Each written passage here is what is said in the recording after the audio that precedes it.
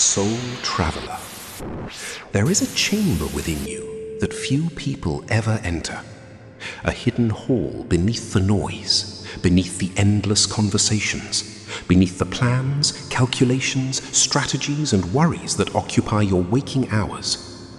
Most spend their lives decorating the outer walls while neglecting the sacred room within. But lately, something has felt different. You have built, you have labored, you have carried responsibilities with determined hands. Yet the deeper your effort becomes, the heavier your spirit feels. And that is not an accident. The architect of silence teaches a truth that many never learn. Not every burden you carry belongs to you. Some weights were never meant for human shoulders. Yet people cling to them as though their survival depends upon it. They believe if they stop managing every outcome, everything will collapse. If they stop controlling, chaos will reign. If they stop striving, they will be forgotten. So they tighten their grip and tighten it again until their hands bleed from holding what God already promised to carry. Listen carefully. The soul was not designed to function as its own God. It was designed to receive guidance, to receive strength, to receive direction. The moment a person begins trusting their own grasp more than God's hand, the inner architecture begins to crack. Not suddenly, quietly, one stone at a time. And today, you are being invited into a deeper chamber, a place where effort no longer sits on the throne and trust returns to its rightful seat.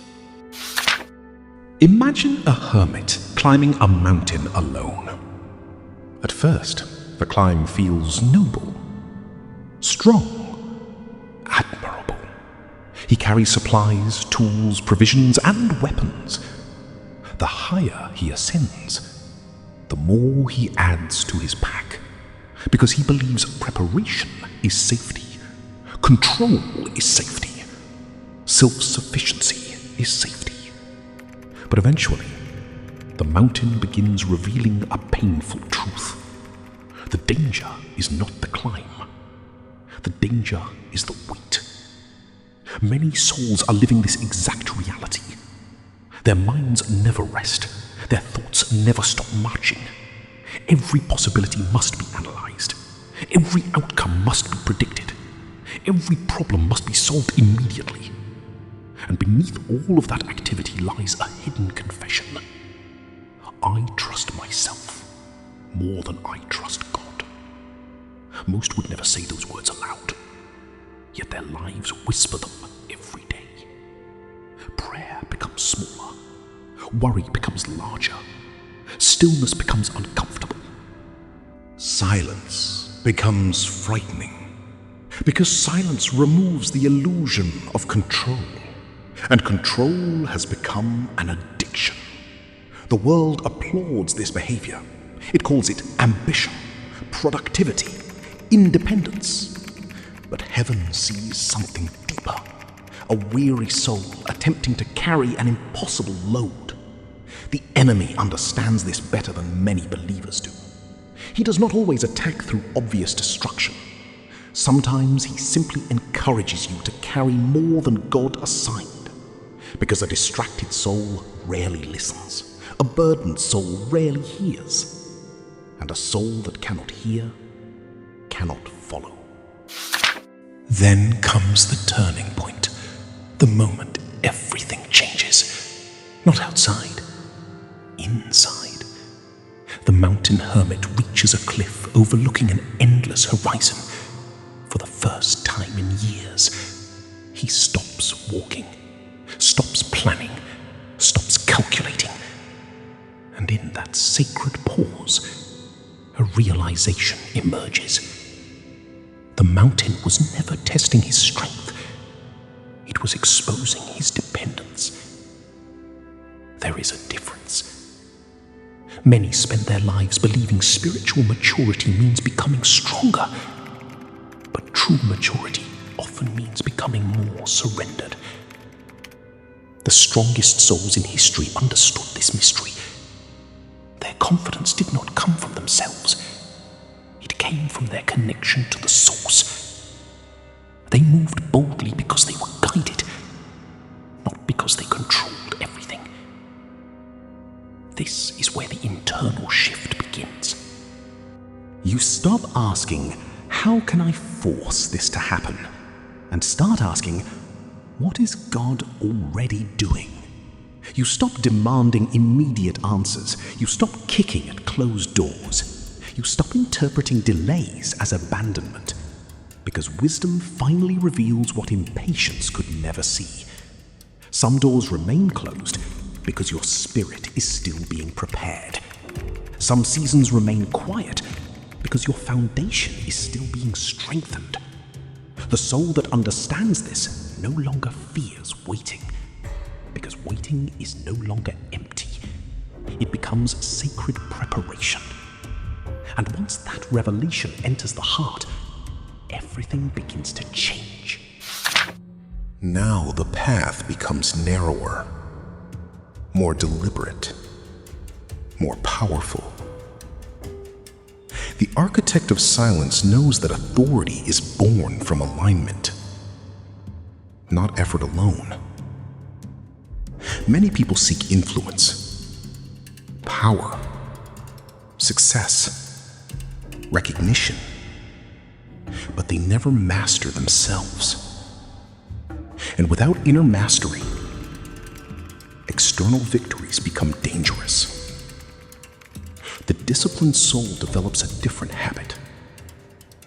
Before decisions, it seeks direction. Before movement, it seeks wisdom. Before speaking, it listens. This requires courage, because surrender is not passive. It is one of the most demanding acts a human being can perform. It requires laying down the illusion that your understanding is sufficient. It requires admitting that your vision reaches only a few steps ahead, while God's vision spans the entire landscape. The mature soul understands this. Therefore, it does not rush. It does not panic. It does not worship urgency. Instead, it cultivates a sacred rhythm. Trust. Listen. Move. Trust again. This is mastery. Not controlling every circumstance, but remaining anchored regardless of circumstance. Storms may come. Delays may come. Unexpected turns may come. Yet the anchored soul remains steady. Because its confidence no longer rests upon personal ability. Its confidence rests upon divine guidance.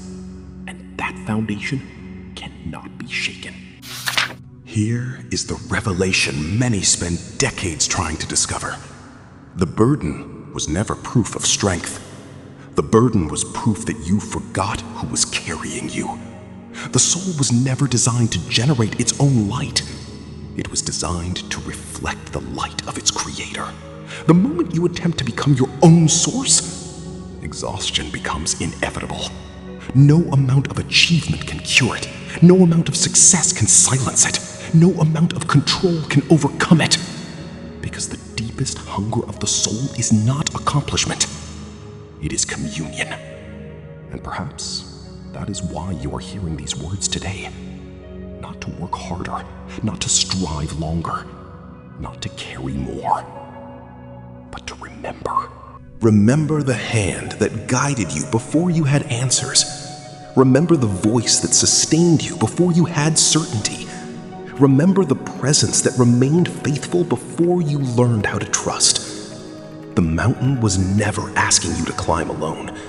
The silence was never empty. The waiting was never punishment. God was present in all of it, even when you could not see him, even when you could not hear him, even when you believed you had been abandoned. So release what was never yours to carry. Lay down what was never yours to control. and return to the place where true strength is found. Not in self-sufficiency, not in endless striving, not in human certainty, but in unwavering dependence upon God. Stand in your truth, walk in His wisdom, and let your soul remember who truly bears the weight.